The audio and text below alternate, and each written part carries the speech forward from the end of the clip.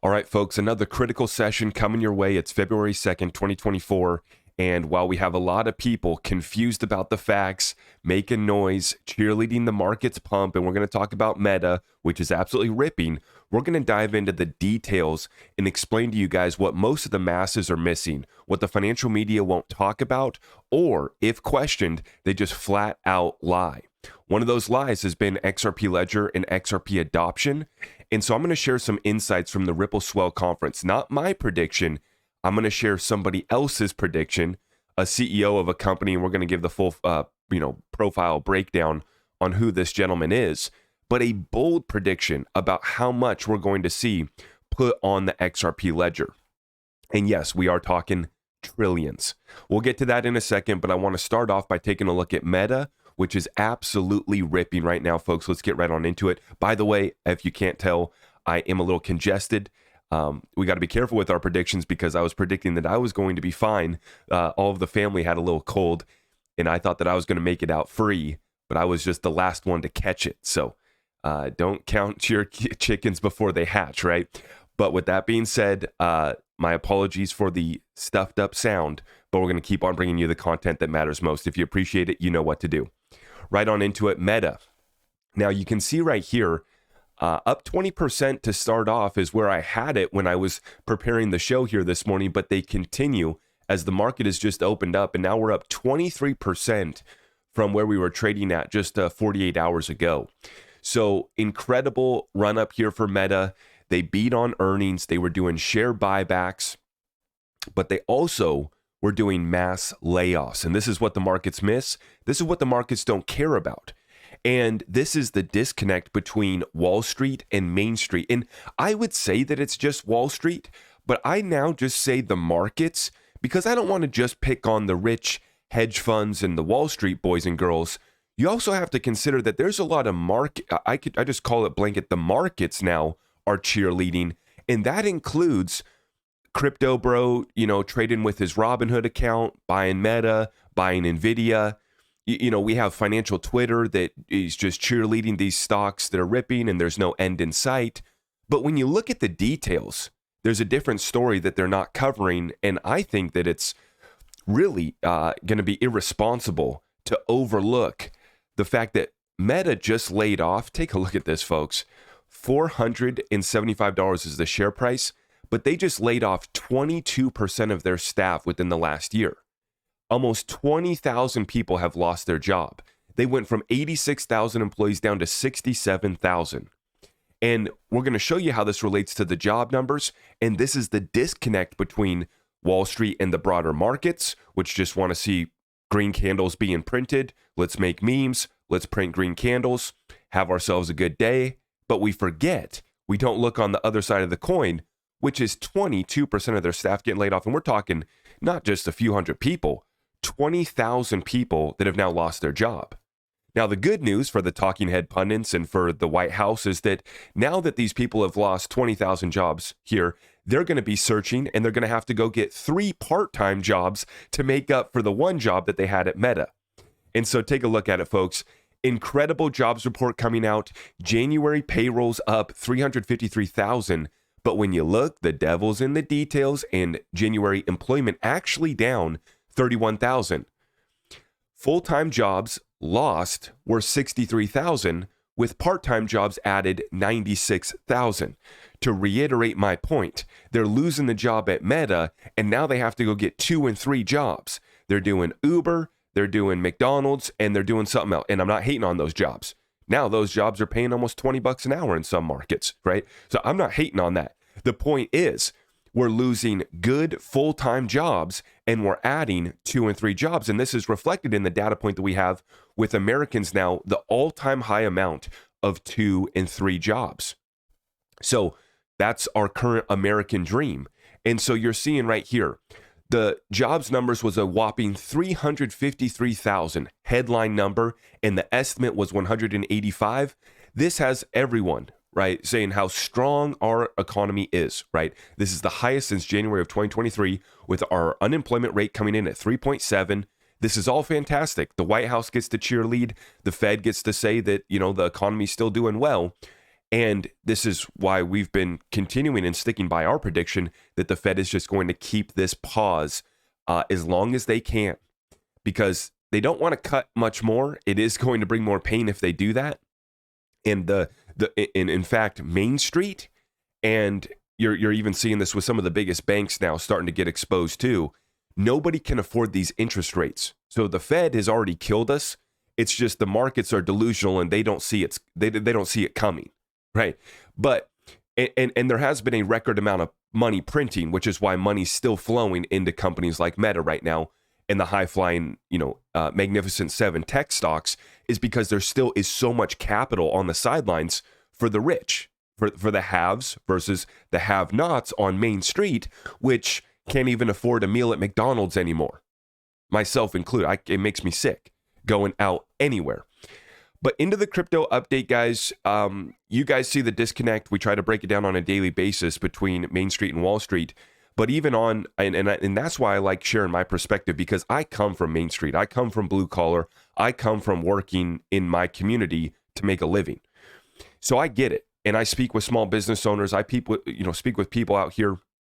I get sentiment out of the street, and then I go to Twitter, and then I watch CNBC, and I compare the two. And then where I find opportunity for us right now is that, yeah, market's not good.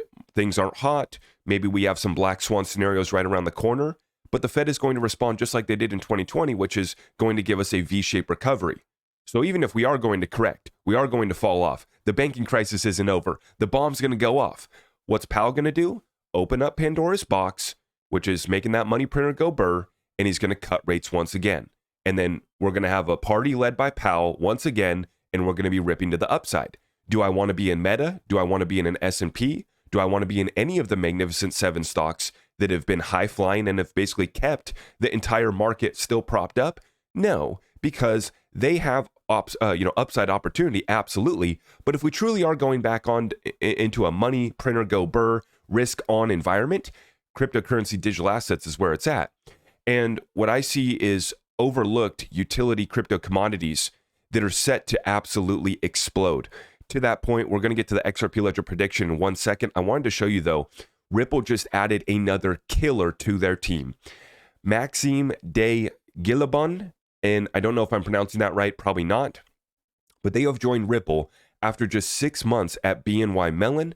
They are based out of Switzerland, and obviously that's the home of Ripple's Medico. One of the biggest acquisitions done in the entire digital asset space was Ripple's acquisition of Medico last year.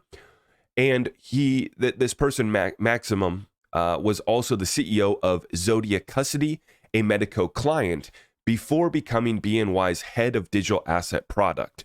So once again, Ripple picking from the best pool of talent.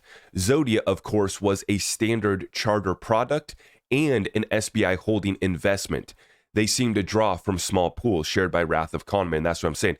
They're picking from the tippy top, right? The best in the world when it comes to custody, when it's coming to liquidity, when it comes to government compliance, legal, across the board. And another killer added to the roster at Ripple. We call it the all-star team of the digital asset space, and there's no other company that comes close.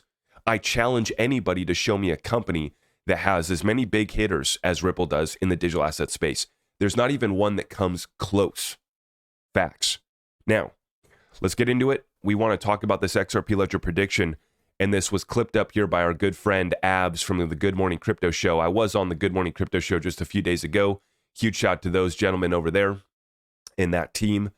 And this is an important clip here from Ripple Swell Conference here, November of 2023 was when this was recorded.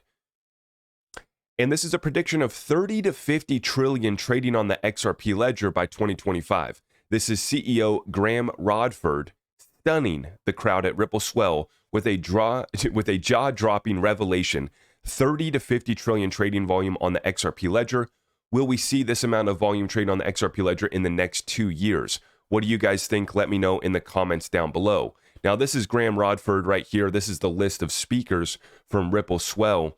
And we see that Graham is the CEO and co-founder of Archax, with over 20 years experience in financial services, used to manage hedge funds, 1.4 billion hedge fund based in London. Definitely another, he brings some experience here. He knows what he's talking about when he comes here to the table. And let's listen in here on what he has to say. This is from Ripple Swell Conference just back in November. Let's get it. 30 to 50 trillion, 30 to 50 trillion, all on XRPL, trading on Artex. Here we go. Find my original projections, but the total market is 1.4 quadrillion, everything that's ever out there. And if you start looking across any of those asset classes, they're all starting to move on-chain already.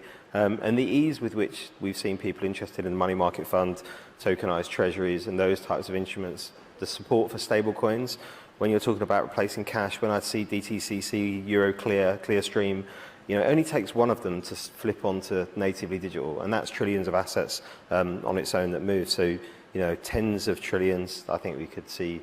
And bearing in mind it's 1.4 quadrillion, this is still a tiny slice of a huge market. 30 to 50 trillion, all on XRPL, trading on Artex. Here we go. $50 trillion. 2 years from now, Ripple, Twitter will replay the session. Well, I hope 2 years from now 30 to 50 the XRP community, he said Ripple Twitter, but I hope 2 years from now, the XRP community can report back and say that, yeah, we're moving in that direction. And to me, this statement right here just shows that we're directly over the target and we're not crazy for bringing up trillions, for bringing up quadrillions. As he stated, 1.4 quadrillion. And he's looking at expectations and kind of a prediction of just getting tens of trillions, which is right in line with our thesis being at the beginning of a commodity super cycle, and crypto commodities definitely included in that.